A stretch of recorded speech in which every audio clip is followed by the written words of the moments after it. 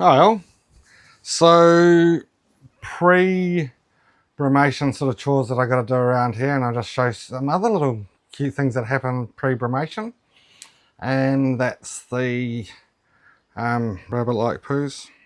So coming into brumation, and even if when they have started brumation, they may get up and they will start excreting their intestines with much smaller little poos, which they have feces, which obviously, oh geez, oh, I'm sitting on the guillotine divider. So there's many little gates and so forth in this enclosure. When building this enclosure, I thought a 5 meter by 2 meter enclosure would be big enough for 5 adult tortoises. It definitely isn't.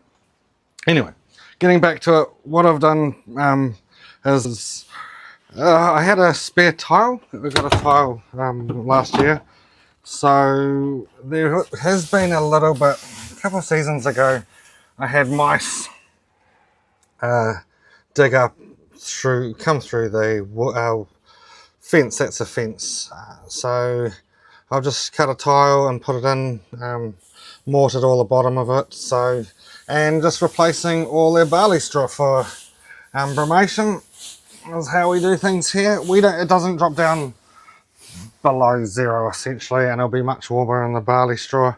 I always keep a bit of space in between, you know, so they can actually, there's a door here, there's a door there, there's a door here. That gets closed up. It all gets closed up when they're all brumating. I have to observe it for quite a while with Zeus, because he doesn't brumate as long as anybody else, and then there's just a bit of extra barley straw in there. They're all up today. They're all up. There's the poo. I gotta watch out for the feces. There's Panga down there. I just got a photo sent to me from the previous owner, which was really cool. But we'll quickly take you and show you what I've done to the tortoise house.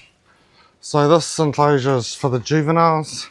This is roughly 2.5 meters at that end and 1 meter at this end. And all I've done again in here is I've put some more holes in there, painted the top so it's a bit more waterproof, and some barley straw. And as you can see, I've definitely seen that big juvenile, but I've also in here, because it does get moist from time to time, I put holes in it and I put a grate down so they it drains better, and just a little water block there. I do have a door that goes in here when they're brumating, but and that's, you can see it's a bit cooler over here today. Even the cold frame, so the cold frame opens up at 16 degrees Celsius. So we're definitely going to get brumating out of these guys relatively shortly. We're mid-April, which is smack in the middle, nearly, it's around the 20th of April, which is smack in the middle of autumn for us. But we have a very mild autumn. I have been running this a lot stronger, so I've put a little tap on it, because what I was finding, it was overflow. I don't have barley straw in the tortoise house over summer.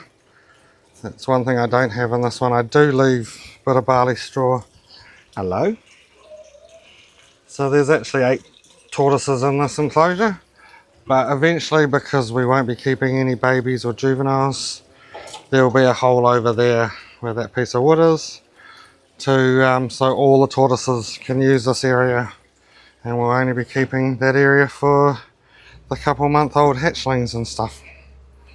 Anyway, and that's 2 meters by 1 meter roughly, a bit smaller at this end, about 800 or something. But yeah, that just houses them once they're out of the croft in these enclosures. So you can see they're quite social. They're all sort of hanging out together. But there's not heating there at the moment. But there we go. And yeah, we have Miracle in here for companionship for Montana, and the other 2 we're hoping to rehome together. We've rehomed the other 4 all to one place, and that's how the top enclosure is coming along. A lot of watering, and then I will probably just put Miracle and Montana into that enclosure. Anyway,